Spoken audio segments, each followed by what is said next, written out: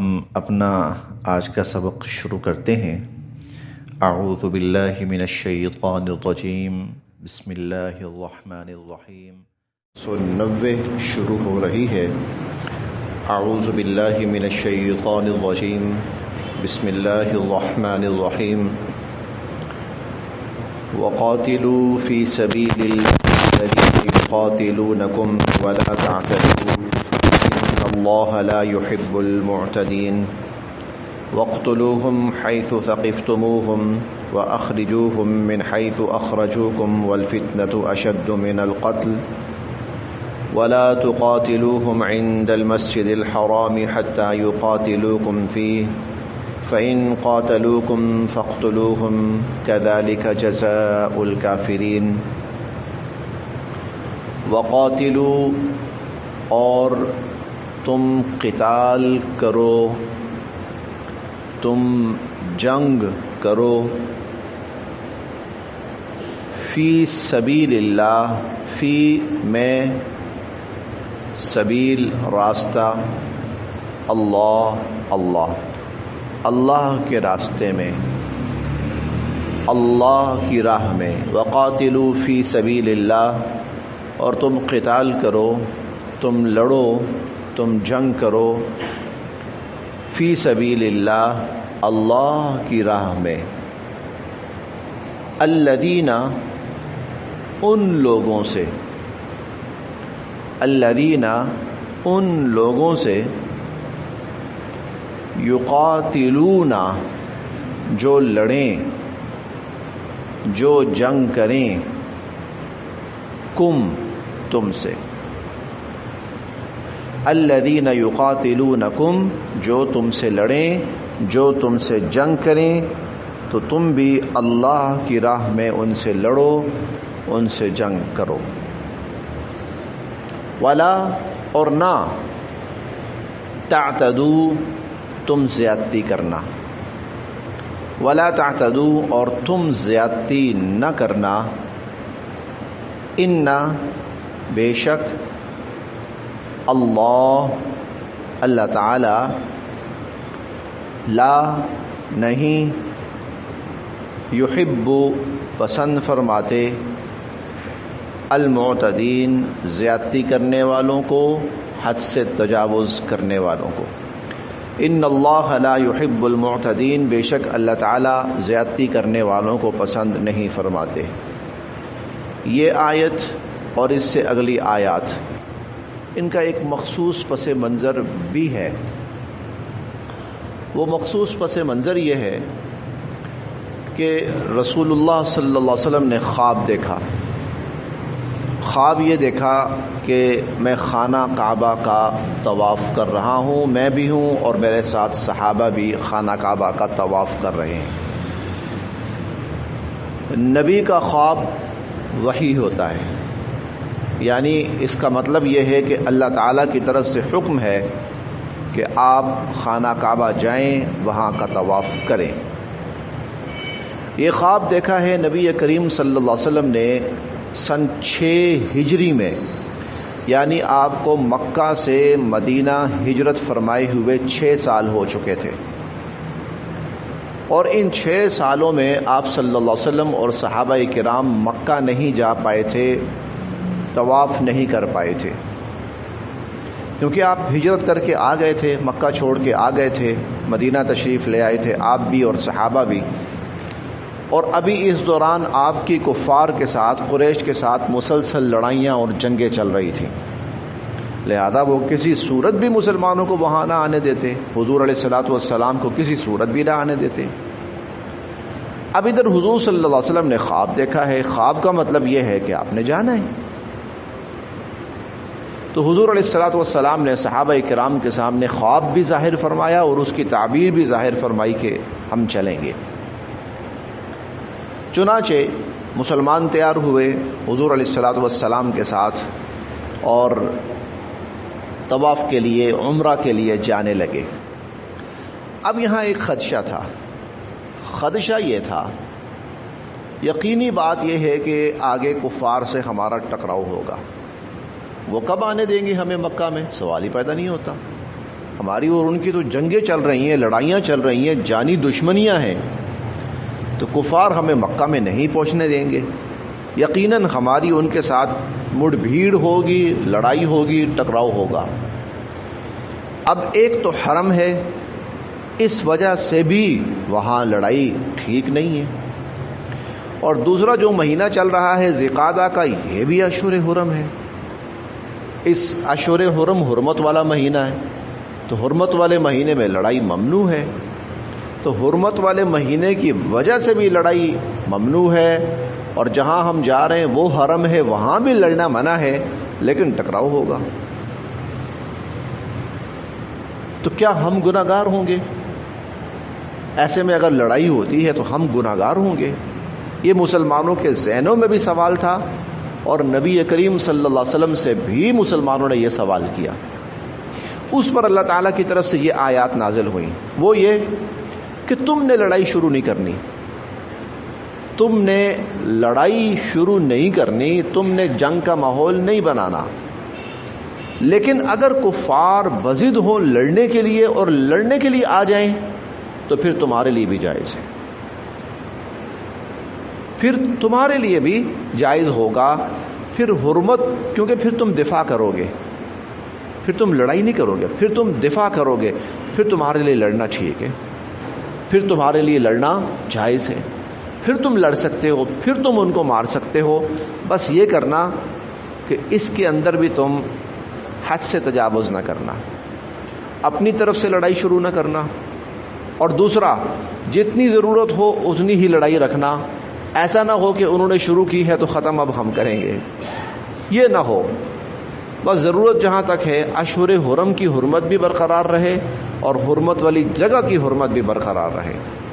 وقاتلو، تم جنگ کرو، فی سبیل اللہ، اللہ کی راہ میں، الذین، ان لوگوں سے، یقاتلونکم، جو تم سے جنگ کریں۔ اس سے نا ایک بڑا عجیب اصول سمجھ میں آیا، اللہ تعالیٰ کا اصول، وہ یہ ہے کہ اگر کوئی مسلمانوں سے لڑنے کے لیے آئے تو پھر اگر خانہ کعبہ کے اندر بھی وہ حملہ کرے تو مسلمانوں کے لیے پھر لڑنا جائز ہے، بالکل، پھر کوئی امن کی بات نہیں ہے، پھر کوئی صلح کی بات نہیں۔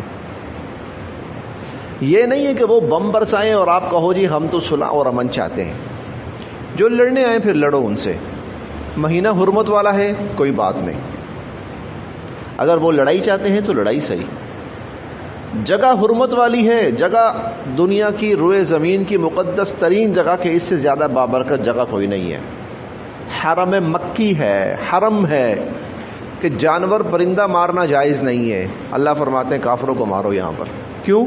وہ تم سے لڑنے آ رہے ہیں، تو جب کوئی جنگ کی نیت سے آئے، جنگ کے ارادے سے آئے تو پھر اللہ تعالیٰ فرماتے ہیں اب پیچھے نہ ہٹو، اب بزدلی نہ دکھاؤ، اب یہاں پر کوئی امن یا صلح کی بات وہ نہ کرو۔ وقاتلوا فی سبیل اللہ، لڑو اللہ کی راہ میں، جنگ کرو اللہ کی راہ میں، قتال کرو اللہ کی راہ میں، اور اس کے لیے جو قرآن کریم کی اصطلاح ہے وہ ہے جہاد کرو اللہ کی راہ میں، فی سبیل اللہ، اللہ کی راہ میں، الذین، ان لوگوں سے، یقاتلونکم، جو تم سے لڑیں، ولا تعتدوا، اور ہاں تم زیادتی نہ کرنا، ان اللہ، بے شک اللہ تعالی، لا یحب، نہیں پسند فرماتے، المعتدین، حد سے تجاوز کرنے والوں کو، زیادتی کرنے والوں کو۔ وقتلوہم، اور تم لڑو ان سے، تم لڑو ان سے، تم جنگ کرو ان سے، حیث، جہاں، ثقفتمو، تم پاؤ، ہم، ان کو، وقتلوہم حیث ثقفتموہم، اور تم لڑو ان سے جہاں پھر ان کو پاؤ، تم جہاں پھر تم ان کو پاؤ پھر ان سے لڑو۔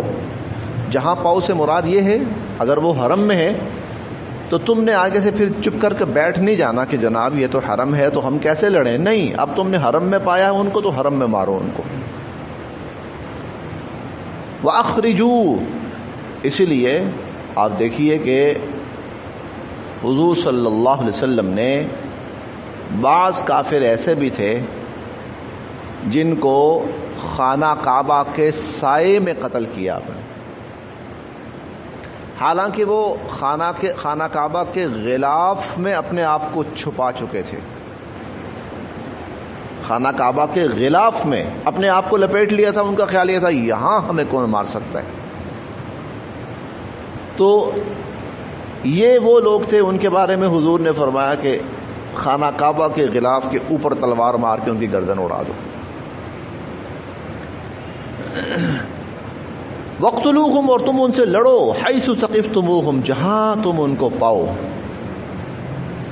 وَأَخْرِجُوا، اور نکالو، ہم ان کو، وَأَخْرِجُوهُمْ، اور ان کو نکالو، من حیث، جہاں سے، من حیث، جہاں سے، اخرجوا، انہوں نے نکالا تھا، کم، تمہیں، واخرجوہم، اور تم ان کو نکالو، من حیث، جہاں سے، اخرجوکم، انہوں نے تمہیں نکالا تھا. والفتنہ، اور فتنہ،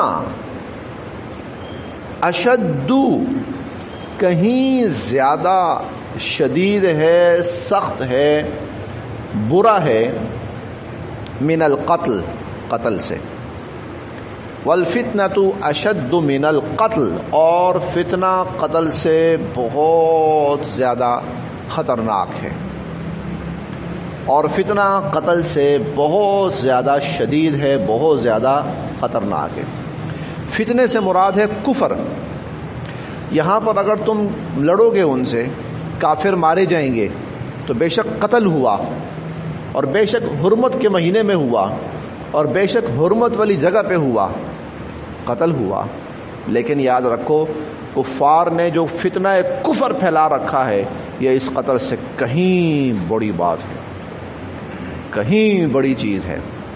ہم ابھی انشاءاللہ 2-3-4 دن میں ہم پڑھیں گے صحابہ کرام سے حرمت والے مہینے میں ایک قتل ہو گیا. کفار نے بڑا شور مچایا، یہ کہاں کا دین ہے، کیسا دین ہے، حرمت والے مہینے کا بھی لحاظ نہیں کیا، اس کا بھی پاس نہیں کیا. تو اللہ تعالیٰ نے پھر وہاں پر فرمایا، وہاں پر دوبارہ یہی جملہ پڑھیں گے، والفتنۃ اشد من القتل، کہ فتنہ جو ہے وہ قتل سے بھی زیادہ شدید چیز ہے. ارے ان سے تو قتل ہوا اور تم نے فتنہ برپا کر رکھا ہے، تمہیں اپنا فتنہ نظر نہیں آتا، اور تمہیں ایک ان سے جو قتل ہو گیا ہے اس کو تو بڑی معمولی سی چیز تھی تمہارے فتنے کے مقابلے میں جو تم نے برپا کر رکھا ہے. کیونکہ قتل میں نا انسانی جان جاتی ہے، 1 جائے 2 جائے 4 جائیں، لیکن فتنے میں معاشرے تباہ ہو جاتے ہیں، قومیں تباہ ہو جاتی ہیں. والفتنۃ، اور فتنہ، اشد، کہیں زیادہ برا ہے، کہیں زیادہ شدید ہے، کہیں زیادہ خطرناک ہے، من القتل، قتل سے. ولا، اور نہ، ولا، اور نہ، تقاتلوا، تم لڑنا، ہم، ان سے، ولا تقاتلوہم، تم ان سے نہ لڑنا، عند، پاس، المسجد، مسجد، الحرام، حرام، اور تم ان سے مسجد حرام کے پاس نہ لڑنا. مسجد حرام، یہ بات پہلے بھی ہو چکی ہے کہ خانہ کعبہ کے ارد گرد جتنی جگہ ہے، خانہ کعبہ وہ سیاہ عمارت، اسے خانہ کعبہ کہا جاتا ہے، اس کے ارد گرد جتنی جگہ ہے، جتنی مسجد بنی ہوئی ہے، وہ ساری مسجد حرام کہلاتی ہے. یہ مسجد حرام ہے. بیت اللہ بھی اسی کو کہہ دیا جاتا ہے. ولا تقاتلوہم، تم ان سے نہ لڑنا، عند المسجد الحرام، مسجد حرام کے پاس، حتی، جب تک کہ، یقاتلو، وہ تم سے نہ لڑیں، یقاتلو، وہ نہ لڑیں، کم، تم سے، فی، اس میں. ولا تقاتلوہم عند المسجد الحرام، مسجد حرام کے پاس تم نے ان سے نہیں لڑنا، حتی یقاتلوکم فی، جب تک کہ وہ اس مسجد حرام میں خود تم سے لڑائی شروع نہ کریں. جب وہ تم سے لڑنا شروع نہ کریں تب تک تم نے ان سے مسجد حرام میں لڑائی نہیں کرنی. فَإِن پھر اگر قاتلوا وہ تم سے لڑیں،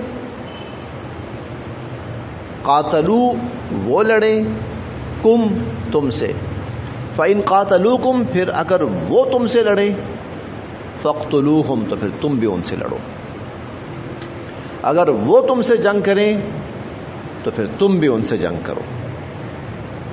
کذالک یہی ہے جزاء سزا الکافرین کافروں کی. کذالک جزاء الکافرین کافروں کی یہی سزا ہے.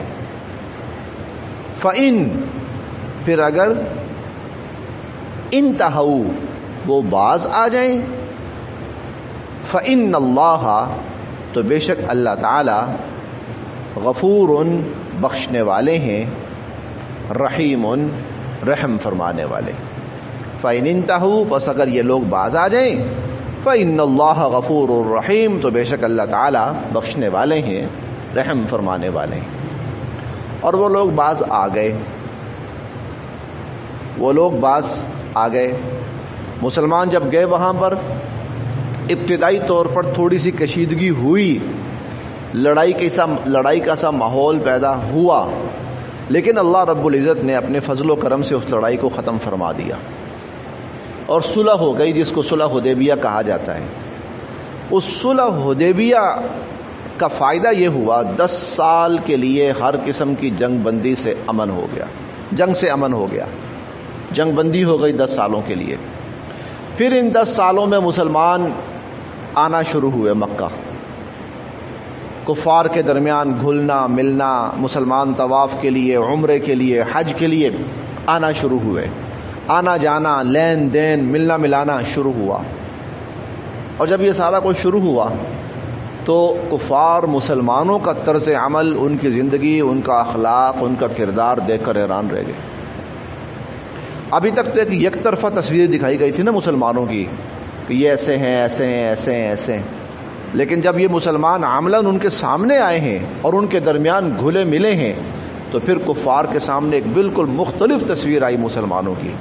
اللہ سے ڈرنے والے، عورتوں کی عزت کرنے والے، بچوں کے ساتھ شفقت کرنے والے، انسانیت کا احترام کرنے والے، انسان تو انسان جانوروں کا بھی خیال کرنے والے، معاملات کے کھرے اور صاف اور ستھرے ہر اعتبار سے.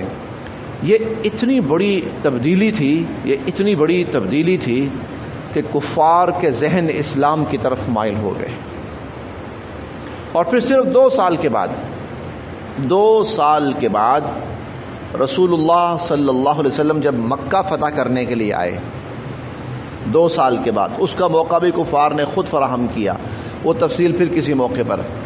تو صلح حدیبیہ میں 2 سال پہلے 1400 صحابہ کے ساتھ آئے، آپ کے ساتھ صحابہ 1400 تھے.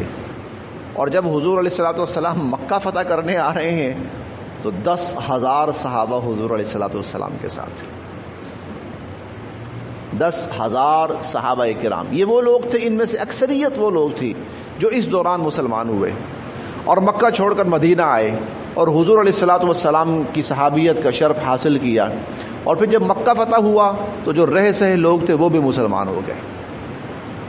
بہت کم کفار اس کے بعد باقی رہے، ورنہ وَرَأَيْتَ النَّاسَ يَدْخُلُونَ فِي دِينِ اللَّهِ أَفْوَاجًا، تم دیکھو گے کہ لوگ فوج در فوج اسلام کے اندر داخل ہو رہے ہیں. اور یہ جو سال تھا سن 8 ہجری جو تھا، اس کو عام الوفود کہا جاتا ہے.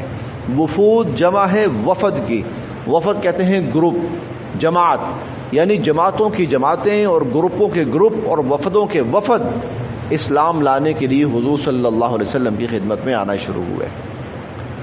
تو فَإِنِ انتہوا، یہ لوگ باز آ جائیں تو فَإِنَّ اللَّهَ غَفُورٌ رَحِيمٌ، اللہ تعالیٰ بخشنے والے ہیں، رحم فرمانے والے ہیں. اور وہ لوگ باز آ گئے تھے، وہ لڑائی پہ نہیں آئے، پھر چاہے وہ ڈر کے ہوئے لیکن لڑائی پہ نہیں آئے، قتال کی نوبت نہیں آئی، تو اللہ نے ان پر اسلام کا دروازہ کھول دیا.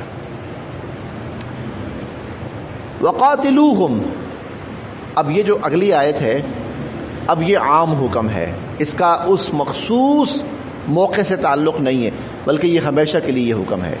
وقاتلوہم، اور تم نے ان کفار سے لڑنا ہے، وقاتلوہم، اور تم نے ان کفار سے لڑنا ہے، حتیٰ، یہاں تک کہ، لا تکونا، نہ رہے، یعنی ختم ہو جائے، فتنۃ، فتنہ، یہاں تک کہ فتنہ ختم ہو جائے، یعنی کفر ختم ہو جائے۔ تم نے لڑنا ہے ان سے جب تک کہ کفر ختم نہیں ہوتا، یا یہاں تک کہ کفر ختم ہو جائے۔ وَيَكُونَ، اور ہو جائے، الدین، دین، للہ، اللہ کا، اور دین سارے کا سارا اللہ کا ہو جائے۔ اللہ کا ہونے سے مراد یہ ہے کہ ساری دنیا میں اللہ کا دین، دین اسلام غالب آ جائے۔ 2-3 دن کے بعد جو ابھی میں نے آپ کو بتائی نا آیت دوبارہ آئے گی، وہیں پر ایک دوسری آیت بھی آئے گی، بلکہ ایک جملہ آئے گا، وہ یہ وَلَا يَزَالُونَ يُقَاتِلُونَكُمْ، یہ ہمیشہ تم سے لڑتے رہیں گے، یہ ہمیشہ تم سے لڑتے رہیں گے، لہذا وقاتلوہم، تم نے بھی ان سے لڑنا ہے، وقاتلوہم، تم نے بھی ان سے لڑنا، یہ ہمیشہ تم سے لڑتے رہیں گے۔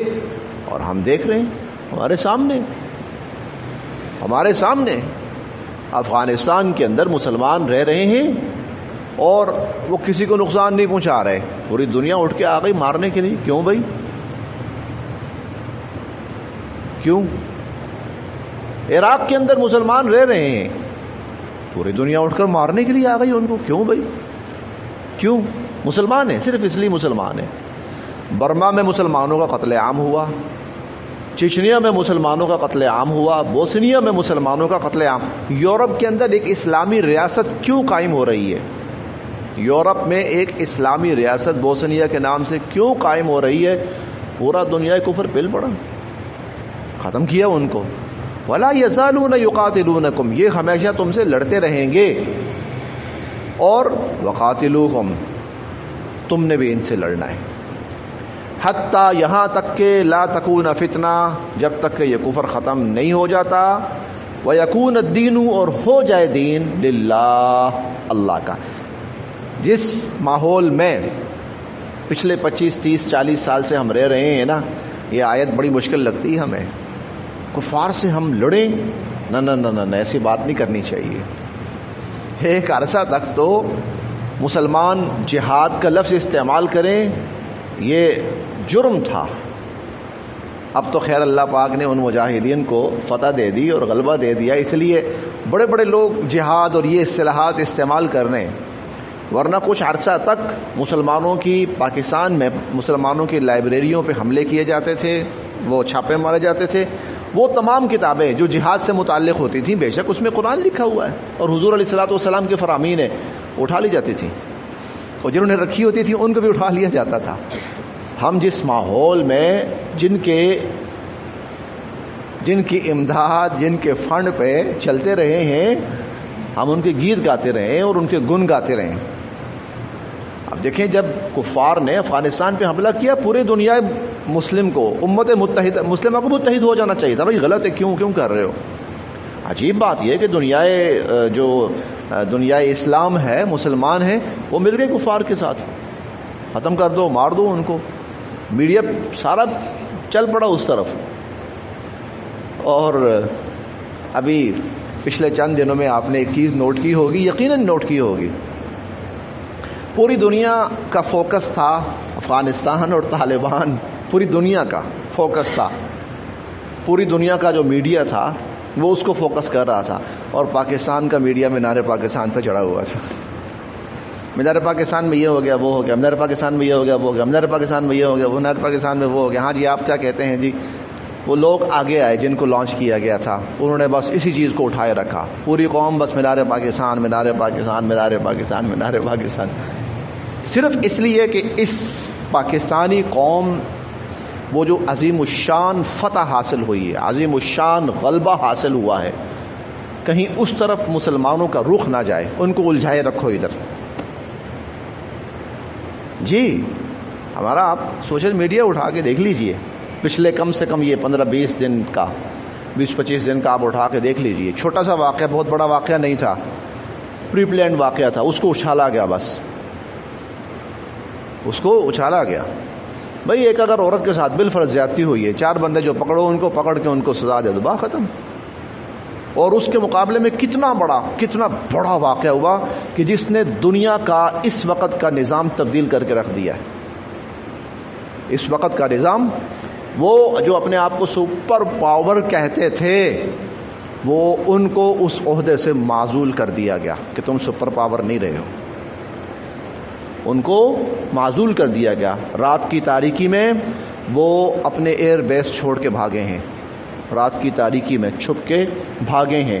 جو کہتے تھے ہم دنیا کے سپر پاور ہیں، ان اللہ کے بندوں نے، اقبال کے وہ جو تھے نا، اللہ کے شعروں کو نہیں آتی رباہی، ہاں، اس کا مصداق بنتے ہوئے پلٹنا جھپٹنا، جھپٹ کر پلٹنا، ہاں، یہ علامہ اقبال کے اشعار کا مصداق یہ لوگ، ہاں، افغان باقی، کوثار باقی، الحکم للہ، الملک للہ، یہ سارے علامہ اقبال کے اشعار تھے. اور خاص طور پر اس قوم کے بارے میں اور اس خطے کے بارے میں یہ سب کچھ تھے. تو یہ سارا کچھ ہوا.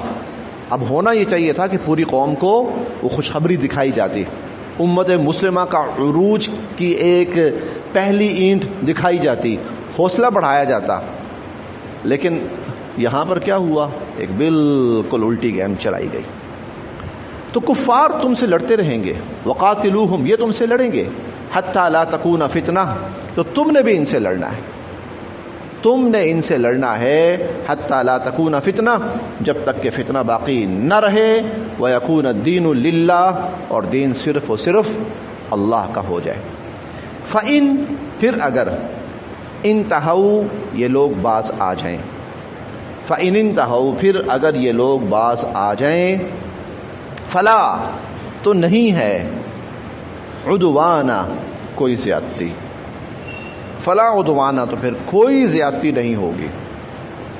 اگر یہ کفار باز آ جائیں پھر ان کے ساتھ کوئی زیادتی نہیں ہوگی، الا، سوائے، علی الظالمین، ظالموں کے. ہاں، جو ظالم ہوں گے ان کے ساتھ لڑائی ہوگی، ان کے ساتھ جنگ ہوگی، ان سے مقابلہ ہوگا. لیکن جو لوگ باز آ جائیں ان کے ساتھ کوئی لڑائی نہیں ہے، کوئی مقابلہ نہیں ہے، اور کوئی دشمنی نہیں ہے ان سے.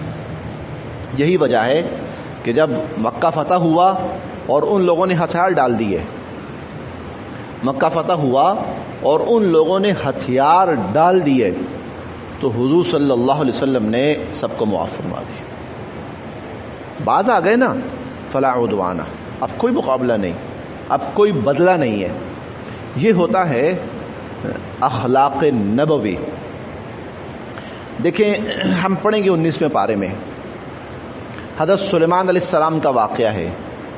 ملکہ سبا ہے، تو فوج کہتی ہے جناب لڑنا ہے، نحن اولو قوت و اولو باس شدید، پاور ہمارے پاس ہے، فوج ہمارے پاس ہے، لڑنا ہے، لڑتے ہیں. وہ بڑی سمجھدار تھی ملکہ، وہ کہنے لگی نہیں، ان الملوک اذا دخلوا قریۃ افسدوها وجعلوا اعزۃ اہلها اذلہ وکذلک یفعلون. کمال میں کہتا ہوں کہ اس قدر دانا عورت تھی وہ کہ اللہ تعالیٰ نے اس لیے پھر اس کو ایمان کی دولت نصیب فرمائی اور حضرت سلیمان علیہ السلام کی صحابیت کا شرف عطا فرمایا. بلکہ بعض تاریخی روایات ہیں کہ حضرت سلیمان علیہ السلام نے پھر اس خاتون سے شادی بھی فرما لی. بعض تاریخی روایات ہیں. وہ کیا کہتی ہے کہ بادشاہ جب کہیں فاتحانہ طور پر داخل ہوتے ہیں نا، افسدوہا، وہاں خون خرابہ کر کے رکھ دیتے ہیں، وجعلوا اعزۃ اہلھا اذلہ، اور وہاں کے معززین کو ذلیل و رسوا کر کے رکھ دیتے ہیں. وکذالک یفعلون، وہ ایسے ہی کرتے ہیں. یہ ملکہ کہہ رہی ہے، اور ایسا ہی ہوتا تھا. کھوپڑیوں کے مینار، یہ محاورے ایسے ہی نہیں بنے. لیکن حضور علیہ الصلوۃ والسلام کا فاتحانہ مکہ میں داخل ہونا پچھلی ساری تاریخ کی نفی کر گیا. فاتحانہ طور پہ داخل ہوئے، کوئی خون خرابہ نہیں ہوا. اور جو معزز تھے ان کو اور زیادہ عزت دی، کسی کو ذلیل نہیں کیا.